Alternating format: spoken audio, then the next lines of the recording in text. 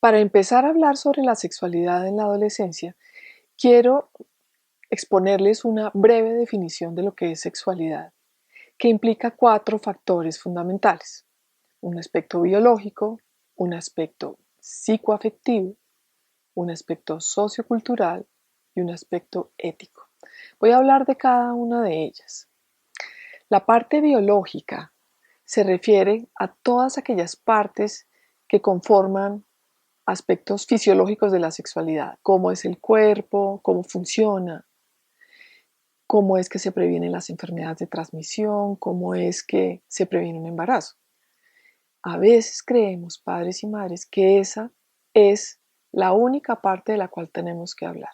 Y es una parte importantísima, pero como ven, es una de 4 partes solamente. Tenemos la otra parte, que es la parte psicoafectiva. Ahí están todos los sentimientos, las emociones, los temores. Está cómo me veo a mí misma corporalmente, o sea, cuál es mi imagen corporal.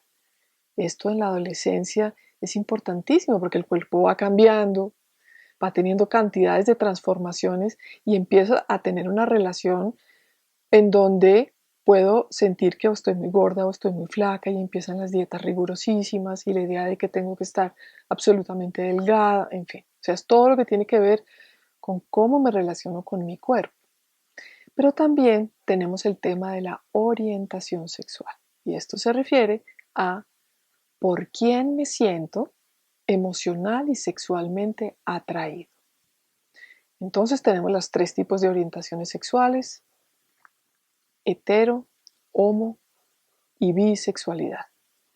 Y tenemos otro término dentro de esta misma categoría, digámoslo así, que se llama la identidad sexual, que no es lo mismo. Como ven, hay términos parecidos, pero no significan lo mismo.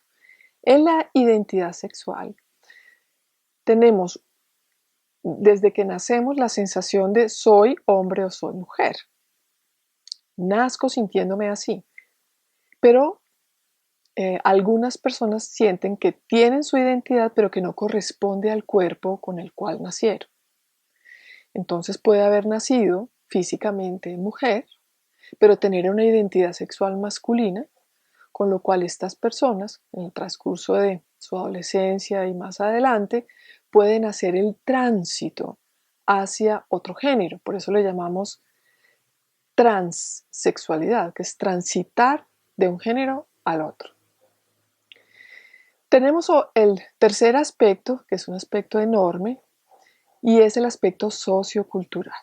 Y esto se refiere a todo lo que la cultura nos habla, nos explica, espera de nosotros desde el punto de vista de la sexualidad. Y esto es un universo. Entonces, la primera parte donde nos formamos culturalmente es en nuestra familia. O sea, que aquí va a ser muy importante ver qué aprendí yo en mi casa, de qué me enseñaron y cómo me enseñaron en mi casa, esas pautas de crianza familiares que seguramente yo voy a repetir con mis hijos. Si a mí nunca me hablaron de sexualidad, como suele ser para la mayoría de los adultos hoy en día, pues nos es más difícil a nosotros también poner palabras para hablar con nuestros hijos sobre estos temas. Entonces muchas veces no decimos nada. Y no vaya a creer que no decir nada es que no está transmitiendo nada. Usted está transmitiendo una información que es: de esto no se habla. Y cuando eso está pasando así, entonces no va a poder abrir temas que sus hijos sí van a abrir. Van a abrir con sus amigos, van a abrir con el internet y van a abrir en su propia experiencia, en sus relaciones que van a tener. En el aspecto sociocultural también se encuentran los roles de género. Esa es otra palabrita que solemos oír y que tiene que ver con lo que espera la sociedad del rol masculino o femenino, de ser hombres o ser mujeres. Estos roles son cambiantes, son históricamente cambiantes, y también cambian, por supuesto, de acuerdo a la cultura. Entonces, histórico se refiere a que lo que pasaba antes con el rol por ejemplo, de las mujeres, no es el mismo rol que desempeñamos hoy en día. Antes, las mujeres estaban encargadas solamente del hogar. En este momento, tenemos roles femeninos mucho más activos, mucho más claros de trabajo, de generar y de producir dinero. De hecho, por ejemplo, las figuras de las películas de Walt Disney han ido cambiando. Entonces, así primero teníamos a Blancanieves y la Cenicienta, y ahora tenemos a Valiente y a Mulan, lo cual nos está mostrando roles distintos de lo que se espera, por ejemplo, de lo femenino. Entonces, estos roles pueden ser cambiantes. Nosotros podemos enseñarle a los adolescentes y a nuestros niños y niñas qué roles quisiéramos que tuvieran. Podemos, por ejemplo, enfatizar en mujeres empoderadas, mujeres que trabajan, mujeres autónomas, mujeres independientes. Pero también podemos educar para hombres tiernos, hombres amorosos, hombres preocupados por el otro, hombres donde no solamente están en función de levantar el dinero, sino de brindar el cariño y la comunicación afectiva y emocional también. Tenemos la otra parte de lo que les hablaba, de las 4 partes. Entonces está toda la parte ética y espiritual, y aquí tiene que ver con los valores que normalmente enseñamos. Cada familia, cada institución enseñará y divulgará los valores que considere. Desde el punto de vista ético, existen los llamados derechos sexuales y reproductivos. Así como existen los derechos humanos, existen también los derechos sexuales y reproductivos. Hay aproximadamente 15, 16 derechos sexuales. Por ejemplo, un derecho sexual es: tengo derecho a recibir educación sexual desde pequeño, de acuerdo a mi edad y a mi proceso de crecimiento. Tengo derecho a tener los hijos cuando ya sea adulto que responsablemente desee tener. Tengo derecho, por ejemplo, a recibir información sobre anticonceptivos. Tengo derecho a que nadie me obligue a tener una relación sexual que no es consentida. Y más todos los otros. Esto debíamos conocerlo los padres y madres, porque además es recomendable que los adolescentes también sepan que existen estos derechos. Uno puede estar hablando de los derechos humanos desde los 13, 14, 15 años en adelante. Sobre todo si ya tiene un noviazgo, si ya puede empezar unas relaciones sexuales, es mucho más importante que conozca sobre estos derechos sexuales y reproductivos. Bien, esto es una manera de explicarlo, separándolo en estas 4 partes, pero en la vida cotidiana todo esto se ve entremezclado todo el tiempo. Nosotros todo el tiempo estamos dando educación sexual, lo sepamos o no lo sepamos, pero padres y madres hacemos eso todo el tiempo, en la manera como nos relacionamos, en la manera como peleamos con nuestra pareja y manejamos los conflictos de pareja, en la manera como nos relacionamos con otros. Ellos nos están viendo, y aunque usted no lo crea, la mayor educación sexual usted la está dando con el ejemplo, más que con todo lo que va a decir. Sin embargo, decir cosas es importante, y eso es una de las cosas que vamos a empezar a mirar a partir de este momento. Empecemos con la adolescencia temprana, es decir, estamos hablando de adolescentes entre 11 a 13 años. Hay algunos que pueden estar empezando a los 10 años la adolescencia. Estamos viendo que cada vez están empezando un poquito antes. En esta época, yo creo que lo más importante son los cambios físicos que se van desarrollando a una gran velocidad. Y de esto hay que prepararlos. Si usted tiene hijos más pequeños, desde los 9 o 10 años uno puede estarles hablando, conversando sobre cómo es que el cuerpo también te va a ir a cambiar, para que no lleguen estos cambios sin que el muchacho o la muchacha sepa realmente qué es lo que le está pasando. Y hay una gran curiosidad, y ellos además están con estas hormonas que tienen todas las ganas de explorar y les incrementa esta curiosidad tan grande. ¿Qué tenemos que hacer acá? Tenemos que hablar mucho con ellos sobre cómo son estos cambios del cuerpo. ¿Cómo es que somos por dentro? Aquí lo podemos hablar más claramente, con las palabras apropiadas, cómo son las partes del cuerpo y para qué sirven, cómo funcionan. Esa es una parte súper importante. Lo podemos hacer con imágenes de una manera sencilla, no tenemos que conseguir nada demasiado complicado ni demasiado técnico. Puede ser útil, por ejemplo, que las mujeres hablen a sus hijas sobre cómo están hechas por dentro, y lo mismo los hombres, porque hay ciertos temas más fáciles. A la mujer le va a quedar mucho más fácil explicarle a la niña la menstruación, y al hombre le va a quedar más fácil hablar de polución nocturna, o sea, la eyaculación que puede ocurrir durante el sueño, o puede hablarle más fácilmente de una erección o una eyaculación. Sin embargo, finalmente, lo más importante es que lo pueda hablar con quien sienta más confianza. Si quien siente más confianza, con quien siente más confianza es una padre del sexo opuesto, pues así será. Además, ocurre mucho en nuestras familias de hoy en día, que las familias están separadas y que no tiene uno necesariamente a su pareja para estar apoyando en el proceso. Entonces, hombres y mujeres tenemos que estar dispuestos a hacerlo. Yo he encontrado muchas familias en las que sienten que esa es tarea de las mamás y los papás se repliegan porque sienten que no tienen un rol, pero claramente tienen un rol. Esta es la imagen masculina que de alguna manera está dando un ejemplo y además estableciendo una relación con lo que los jóvenes se pueden enfrentar. Vamos a hablar un poco también de la menstruación en esta etapa, ¿no? Que esto es como un hito en la historia del desarrollo sexual de las chicas adolescentes. A los muchachos también se les explica, pero a las niñas particularmente se les explica, por ejemplo, que esto no tiene que ver con ninguna enfermedad. De hecho, puede explicar cómo todos estos cambios tienen una connotación positiva importante, cómo estos cambios lo van a ayudar a crecer, a ser más completo y más integral cuando sea adulto, pero que todos estos cambios son positivos, son buenos.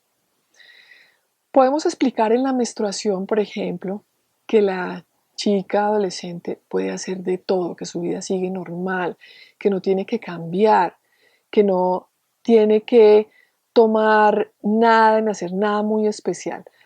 Para muchas adolescentes puede ser muy interesante que hagan la consulta ginecológica en estas edades.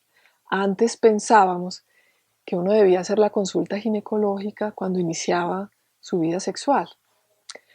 Ahora en este momento hay ginecólogos de infancia y adolescencia y entonces le ayudan a las niñas a entender, a prepararse, a manejar qué podrían hacer si les da el cólico, qué podrían hacer con los tampones, y les explican cómo lo deben hacer, porque hay muchos miedos y temores. Por ejemplo, un temor muy frecuente de una niña adolescente es: ¿será que si yo me pongo un tampón yo voy a dejar de ser virgen?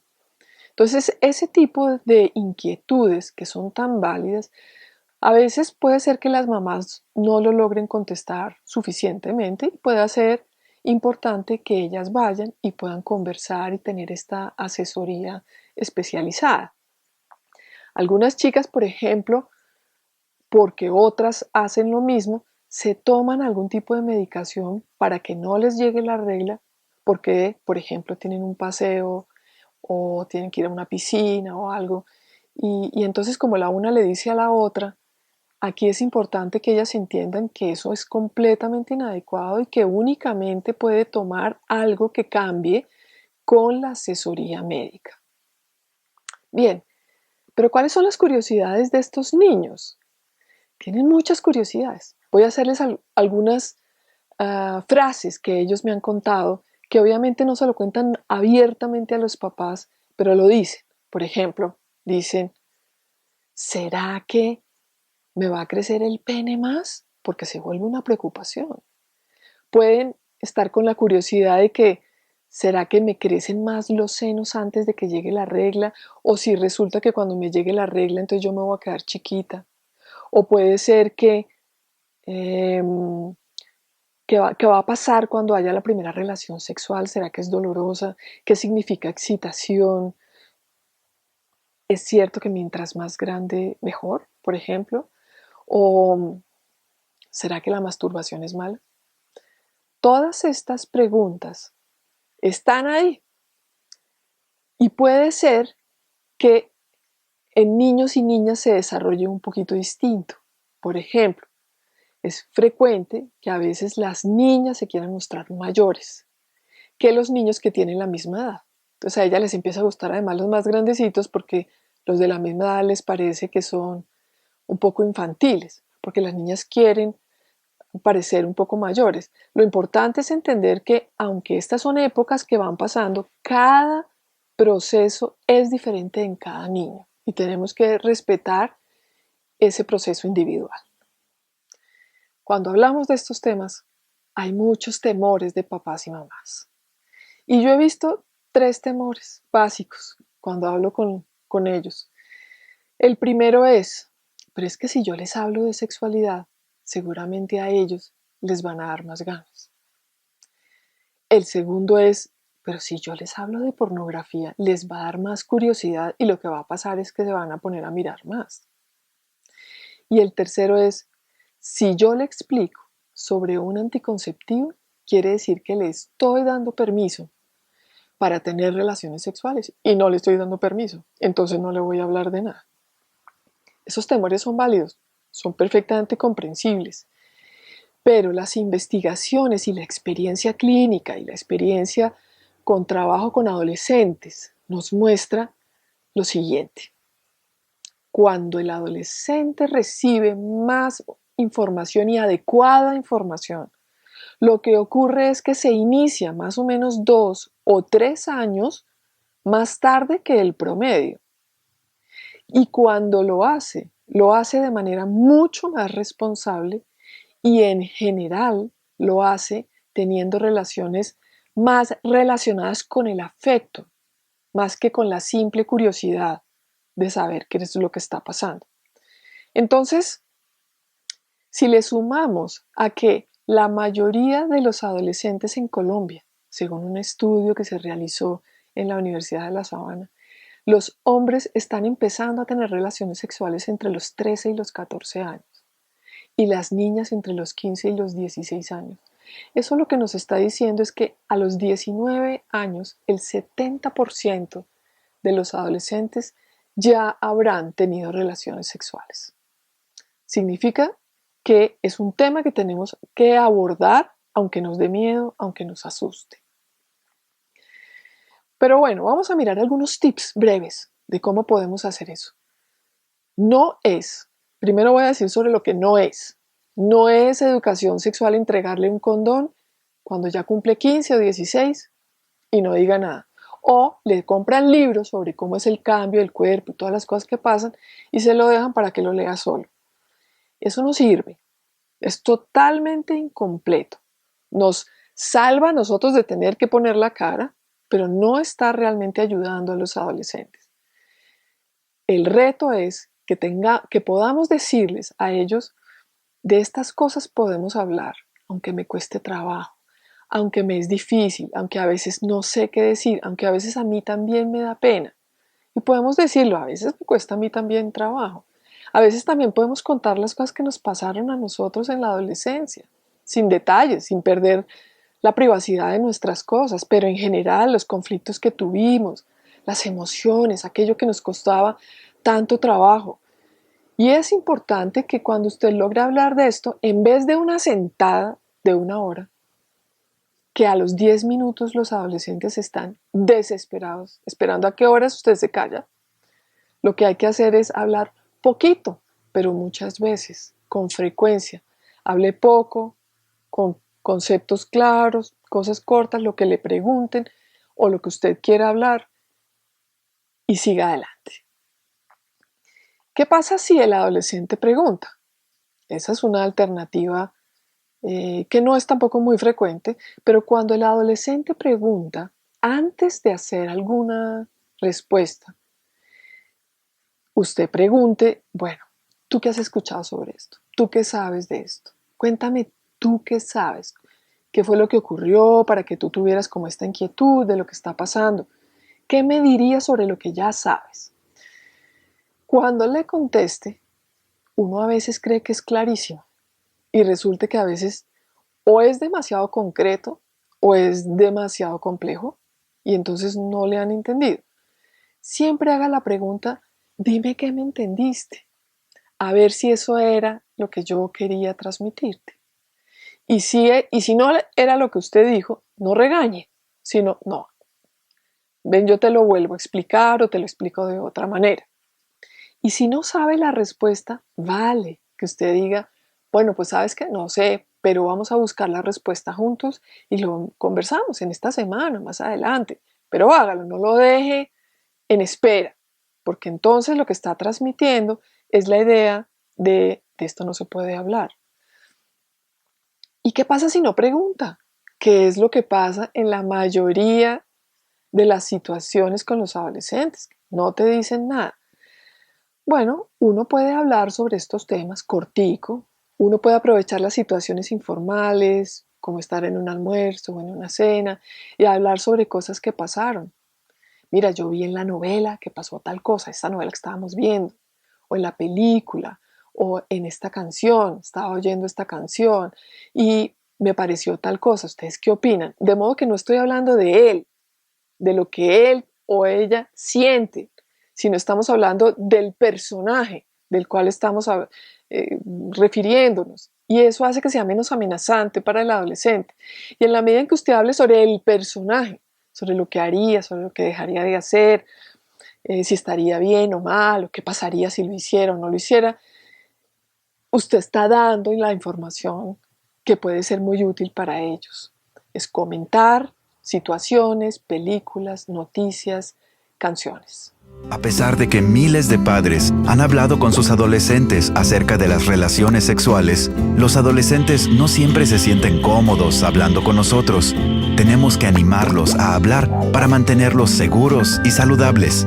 Aquí hay algunos consejos. Tenemos que escuchar, no solo hablar. Sea respetuoso y trate a su adolescente como un adulto en desarrollo. Demuestre que usted entiende su punto de vista. Decir abiertamente que hablar sobre estos temas es incómodo puede ayudar a hacerlo más fácil. Muy bien, así que aquí tiene un ejemplo de cómo se podría desarrollar. Digamos que usted está en su coche cuando una canción empieza en la radio. Este es un momento de aprendizaje.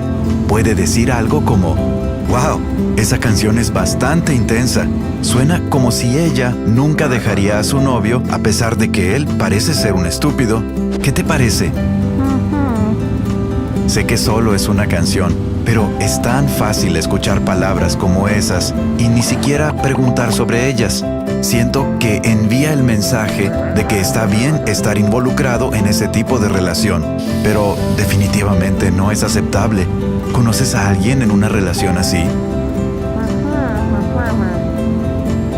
Parece que está bien que se hayan separado.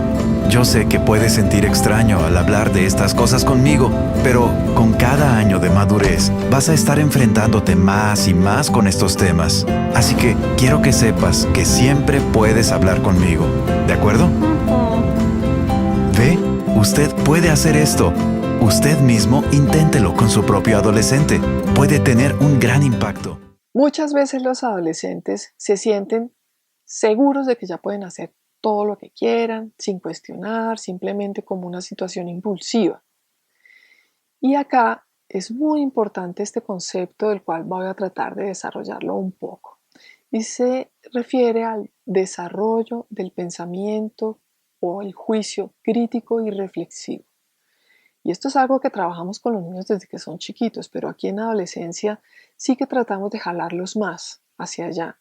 Porque si un adolescente tiene un pensamiento crítico, lo va desarrollando, esto se va desarrollando como un músculo, ¿no?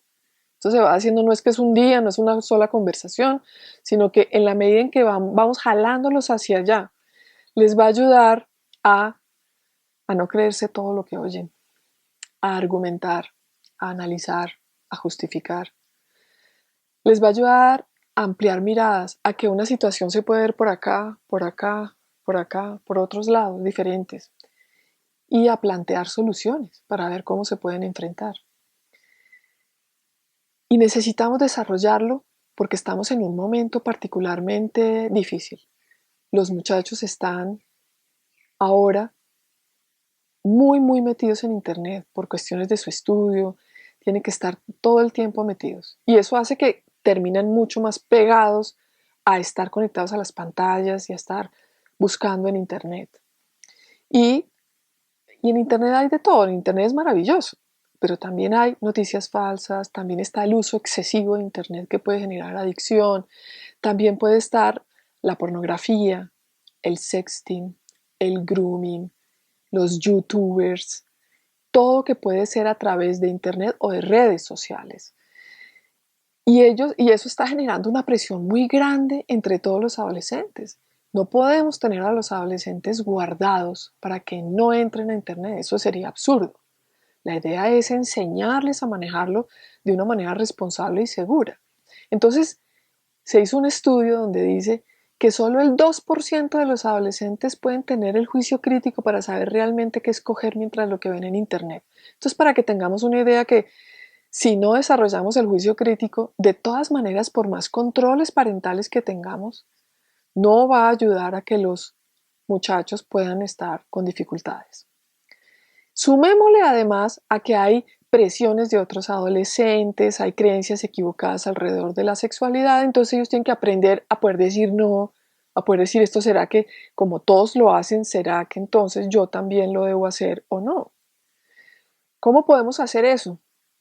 Tenemos que hacerlo permitiéndoles en discusiones, en conversaciones sobre cómo ocurren las cosas. Dime tú qué piensas, por qué crees eso, de dónde sacas eso, cómo supiste lo que supiste, por qué crees, qué tan cierto es eso, puedes argumentar un poco más sobre eso y en esas discusiones uno puede ir introduciendo valores como la empatía, la necesidad del respeto por otros, la necesidad del cuidado por uno mismo y el cuidado por otros.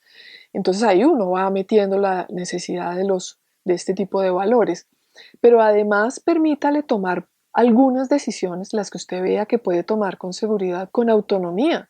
¿Tú qué crees que debes hacer? Ok, inténtalo, pruébalo, mira a ver cómo te va, cómo te fue, qué fueron las decisiones que funcionaron, cómo lo harías distinto la próxima vez.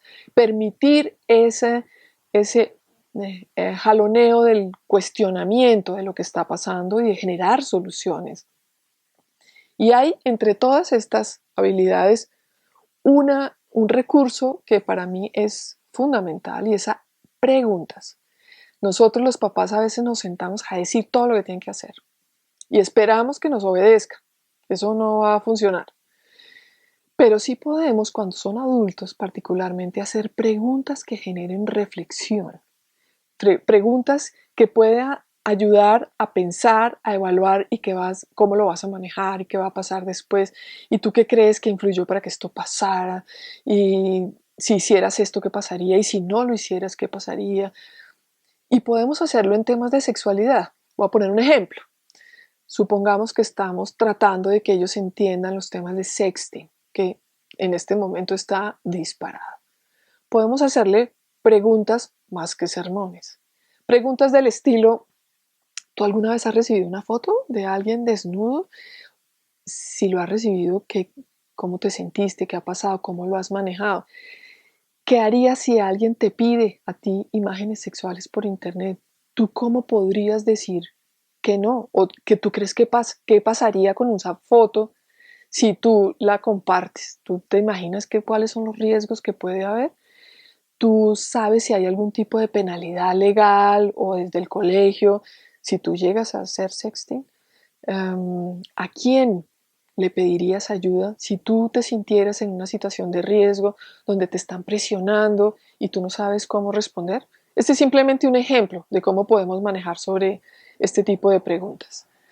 Pero también tenemos que ayudarles a mirar las imágenes de la publicidad. los avisos publicitarios que nos llegan vendiendo ropa y vendiendo juegos, donde nos muestran ideas sobre lo masculino o lo femenino, ideas que eh, promueven la idea, por ejemplo, de masculinidades donde usted es más hombre mientras con más viejas esté y con más viejas se acueste. Y hay montones de publicidad a los muchachos dirigidos donde eso es así. Y ayúdenle a mirar esas fotos con otros ojos. A ver, ¿realmente uno es más hombre por eso? ¿Eso es lo que te hace realmente más hombre? ¿Eso es lo que te da más valía como ser humano? Bien. Igualmente les vamos a aclarar dos cosas importantes a los chicos y chicas. No tienes que hacer nada para lo cual no te sientas preparado. Y claramente nadie te puede obligar a ninguna práctica sexual que tú no estés suficientemente preparado. ¿Qué otros temas podemos hablar? A partir de los 14, 15, 16, obviamente va a depender un poco de los chicos o las chicas, va a depender de su nivel de madurez, pero podemos hablar de enfermedades de transmisión sexual, podemos hablar de métodos anticonceptivos, podemos hablar de derechos sexuales y reproductivos, como ya dije, podemos hablar sobre qué es violencia sexual y cuáles son las principales situaciones de riesgo.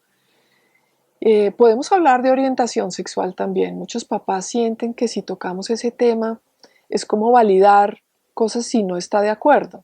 Pero hablar de esto no vuelve a nadie, no le cambia a nadie su orientación sexual y sí le ayuda a tener imagen de este tipo o panoramas más amplios sobre lo que es la homosexualidad que debe ser vivida con el mismo respeto que debe ser vivida la heterosexualidad.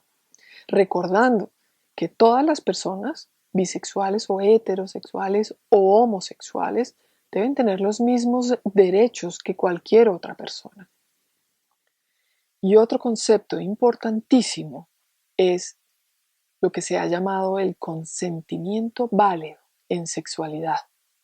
Y eso es, nosotros normalmente le decimos a los adolescentes todo lo que no debe hacer, pero jamás les hablamos de ¿y cuándo puede ser apropiado tener relaciones sexuales en un futuro? Bien, para eso me voy a ayudar del puente del consentimiento válido, de un psiquiatra llamado Kahn, que él lo diseñó para poder explicarle a los adolescentes mucho más claramente y poder diferenciar entre relaciones sexuales que podrían ser adecuadas y cuando es una sexualidad inadecuada. Este es un puente que está conformado por diversas piedras. Cada una de esas piedras tiene un mensaje. Y si usted le quita una de estas piedras al puente, este puente pues se puede caer. Y si le quita dos, pues claramente se destruye. Entonces, miremos que en el puente hay encima una pareja. Y debajo del puente hay una cantidad de peligros. Los peligros de la sexualidad, un embarazo no deseado, un abuso sexual, una enfermedad de transmisión sexual, que son todos esos como monstruos que hay debajo del puente sobre el río. Para protegerse de esos peligros, tiene que estar en este puente que tiene entonces la primera piedra, dice, deberían tener más o menos el mismo nivel emocional. Esto quiere decir que si uno de la pareja tiene, por ejemplo, 40 años y el otro tiene 17 años, hay una diferencia tan grande en conocimiento, en experiencia, en todo que puede muy fácilmente haber la posibilidad de un abuso de poder o un abuso de poder sexual. Entonces, pues ojalá que tengan más o menos el mismo nivel emocional. La segunda piedra se refiere a tener la edad apropiada. En esto quiero ser clara y es que desde el punto de vista legal, la edad de consentimiento legal en Colombia es 14 años. Es decir, antes de los 14 años, ningún niño o niña puede tener con nadie ningún tipo de contacto sexual. Después de los 14, legalmente podría tenerlo, pero emocionalmente puede no estar en posibilidad de manejarlo responsablemente. Por eso hablamos de todos estos factores. Ellos siempre preguntan, entonces, ¿cuál es la edad? Yo lo que suelo decirles es, mira, mientras más grande seas, mejor. Mientras más grande seas y estés más preparado y tengas más información, mientras más grande y más maduro seas, mejor. La siguiente piedra es honestidad. Entonces estamos hablando de que no debería haber ningún tipo de relación sexual donde haya mentiras, manipulaciones, engaños de cualquier tipo. La siguiente piedra es que ambos en la pareja tienen que decir que sí, los dos tienen que estar de acuerdo. Pero, y esa es la siguiente piedra, si uno de los dos no está de acuerdo, no importa en qué momento de la relación lo diga. Puede estar en las últimas y decir no. No importa. La otra persona está en la obligación de respetar ese no por respuesta y jamás forzar. Si no se respeta esto, podemos estar hablando de un abuso sexual. La siguiente es que, y es muy importante, es una piedra grande, ambos tienen que entender lo que va a pasar. Tienen que entender que pueden quedar en embarazo, tienen que entender que puede haber una enfermedad de transmisión sexual.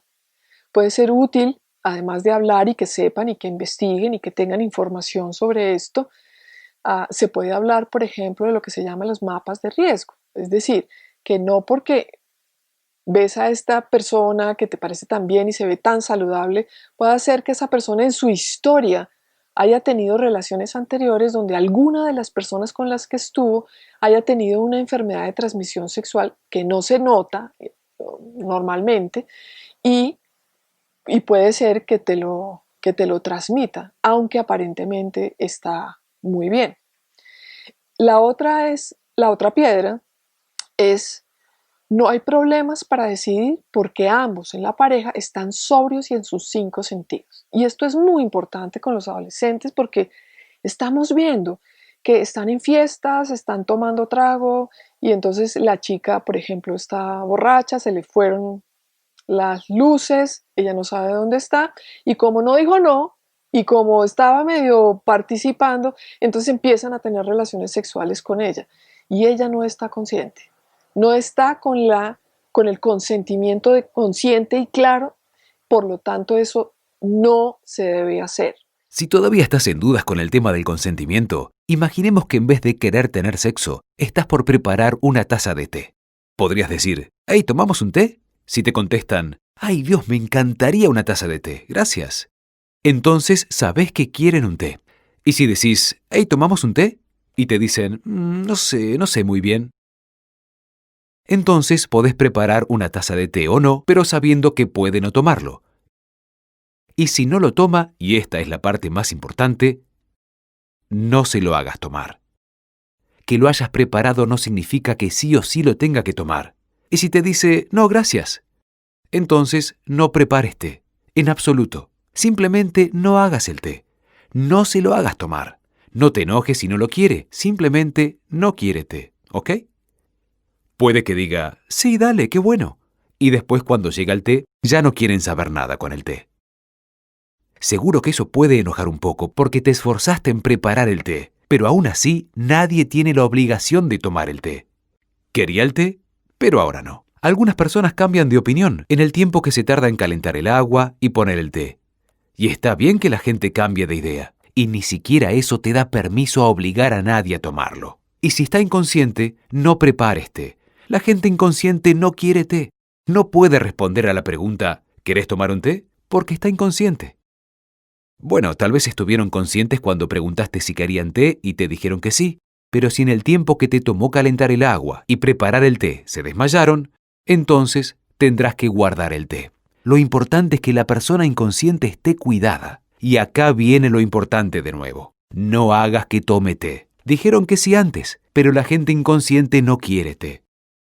Si alguien dijo que sí al té, empezó a tomar, pero se desmayó antes de terminarlo, no sigas dándole té. Saca el té y asegúrate de que la persona esté a salvo, porque la gente inconsciente no quiere té. Créeme lo que te digo. Si alguien dijo que sí al té en tu casa el último sábado, eso no significa que quiera que le hagas té todo el tiempo. Tampoco quiere que vayas a su casa inesperadamente y le hagas un té, o que la fuerces a tomarlo, diciendo, «¿Pero querías té la semana pasada?» O que se despierten y te encuentren dándoles té en la boca, diciendo, «¿Pero querías té anoche?» Si podés comprender lo completamente ridículo que es forzar a la gente a tomar té cuando no quiere té y sos capaz de comprender cuando las personas no quieren té, entonces, ¿cómo puede ser difícil de entenderlo cuando hablamos de sexo? Sea té o sexo, el consentimiento es todo. Ya que Por otro estamos. lado, está la siguiente piedra, que es igualdad en inteligencia, y esto la ponen específicamente porque pues hay personas que tienen un nivel cognitivo muy inferior, que tienen un tipo de retraso, pero su cuerpo sí ha crecido totalmente y tiene de 17, 18 años y está completamente maduro y tiene deseos sexuales, pero tenemos que tener presente que esa persona puede tener una edad cronológica de 18 años, pero puede tener una edad mental de 10 años. Entonces eso haría un desbalance muy grande y peligroso. Y por último, no menos importante, es la piedra que se refiere al afecto, es decir, ojalá que la relación sexual ocurra con alguien con quien tienes algún tipo de relación afectiva. No estoy diciendo que tiene que estar absolutamente enamorado, pero sí que haya una conexión de interés mutuo donde me interesa cuidarte, me interesa cuidarme en nuestra interacción, pero hay una comunicación y un nivel mínimo de afecto. Bien, vamos a continuar ahora con el tema de la pornografía y voy a hablarlo porque está siendo un tema muy, muy complicado y más aún porque los muchachos, incluso los niños, yo debo decirles que tengo niños de 5, 6, 7 años viendo pornografía ya. Esto no pasaba hace 10 años, ahora está pasando. Y los adolescentes sí que más. Se estima que uno de cada 3 adolescentes de 10 años ha visto material pornográfico en la red y que 4 de cada 5 de adolescentes entre los 14 y los 16 años ven pornografía. Y estoy hablando de hombres y mujeres. Se estima que el 92% más o menos son hombres y el 62% son mujeres. ¿Cuáles son los efectos negativos que esto tiene? Ya se han realizado estudios, precisamente porque como ha sido tan generalizado, entonces ya hay estudios que confirman el que un niño, niña o adolescente mire pornografía. Primera consecuencia y un efecto emocional negativo: depresión, ansiedad y comportamientos violentos. Está asociado igualmente con inicio sexual temprano, relacionado con promiscuidad sexual. Claramente, si estos factores de riesgo están apareciendo, pues hay mayor riesgo de embarazo adolescente. Y finalmente, hay algo que les hace mucho daño a los adolescentes y es empezar a tener la idea de una sexualidad deshumanizada. ¿A qué se refiere esa palabra? Sexualidad deshumanizada quiere decir que la persona empieza a mirar a la otra persona no como un sujeto con quien me relaciono, sino como un objeto que yo utilizo única y exclusivamente para yo sentir placer. Y eso es lo que se llama esa sexualidad deshumanizada. Bien, hay dos efectos negativos más que tiene la pornografía que es muy complicado para los adolescentes. Uno es que les puede generar adicción, es decir, pueden mirar cosas que aunque les impresione y a veces incluso puedan sentir un poco de rechazo, eso es un estimulante neurológico potente, lo cual hace que ellos queden con ganas de seguir buscando más y además influye sobre una sustancia cerebral que se llama la dopamina y hace que le den más ganas de seguir sintiéndose esa estimulación y la va a querer seguir buscando. Entonces puede tener un altísimo nivel de adicción. Y por otro lado les enseña que la pornografía es simplemente llegue y haga y punto, porque eso finalmente es lo que pasa. Y ellos dejan de tener presente lo que es la conquista, lo que es todos los acercamientos, la relación, el humor, todo lo que se genera, el ir construyendo intimidad, que eso es realmente lo que le va dando la gracia a la sexualidad. Ellos van asumiendo que esto no es así. Entonces, ¿qué vamos a decirles a ellos? Primero, Es recomendable hablar de esto incluso desde los 9 años de edad. Y vamos a empezar a decirles, por ejemplo, si a ti te muestran o encuentras o te llega pornografía, pues es importante primero que le pongas nombre, eso se llama pornografía. Segundo, trata de parar, apagar, desconectar, cierra la pantalla. Te van a dar muchas ganas de mirar, pero trata de hacerlo y trata luego de distraerte, porque esas imágenes van a quedar dando vueltas en su cabeza. Por ejemplo, oye música, saca el perro, haz un deporte, haz algo que de alguna manera te ayude, porque son imágenes tremendamente poderosas. Y te van a seguir dando ganas de mirar, porque te estimula. Entonces, claramente, te vas a decir a ti mismo, entiendo por qué la pornografía me hace daño. Obviamente le hemos explicado por qué hace daño, todas las cosas que ya lo he dicho. Entiendo que esto me puede hacer daño, entonces aunque tenga ganas, no lo voy a hacer. Y recomiende siempre que si esto les está haciendo más allá de lo que puede manejar o se le está volviendo muy complicado, que busque o se apoye en un adulto de confianza. Pero ¿qué pasa si usted encuentra que su hijo o hija ya está atrapado en la pornografía y está mirando todo el tiempo y ya lleva tiempo haciéndolo? Primero que todo, hable cuando usted ya se haya calmado. Y evalúen quién en su casa sería mejor que hablara con él o ella. Sobre todo, yo creo que sería importante hacerlo con la persona con quien sienta mayor confianza, que pueda hablar el tema con él o ella. Muéstrele la evidencia digital, por favor vuelva y explique si no lo había hecho, hágalo ahora, por qué la pornografía hace daño. Tome todos los argumentos de los que hemos hablado. Hay muchas lecturas adicionales de las que usted puede apoyarse para afianzar sus conocimientos y saber qué puede explicar. Y recuérdele que usted todavía lo quiere o la quiere. Que aunque hizo algo que está mal, pues eso no lo hace una persona mala, sino alguien que está equivocado y que seguramente esta puede ser una muy buena oportunidad para aprender. Y por último, empiece a buscar controles parentales y fije normas y límites claros en casa para disminuir la probabilidad de que este tipo de situaciones siga pasando. Bien, hemos terminado nuestra charla de hoy. Yo sé que es muy probable que quedan muchas preguntas porque estos temas son temas enormes. Pero recuerde que lo más importante es poder abrir canales de comunicación con ellos, generar preguntas que nos lleven a la reflexión y, sobre todo, si usted no sabe, siempre existe la posibilidad de preguntar y si se equivoca, de volver y retomar los temas con ellos. Ellos están aprendiendo, nosotros también.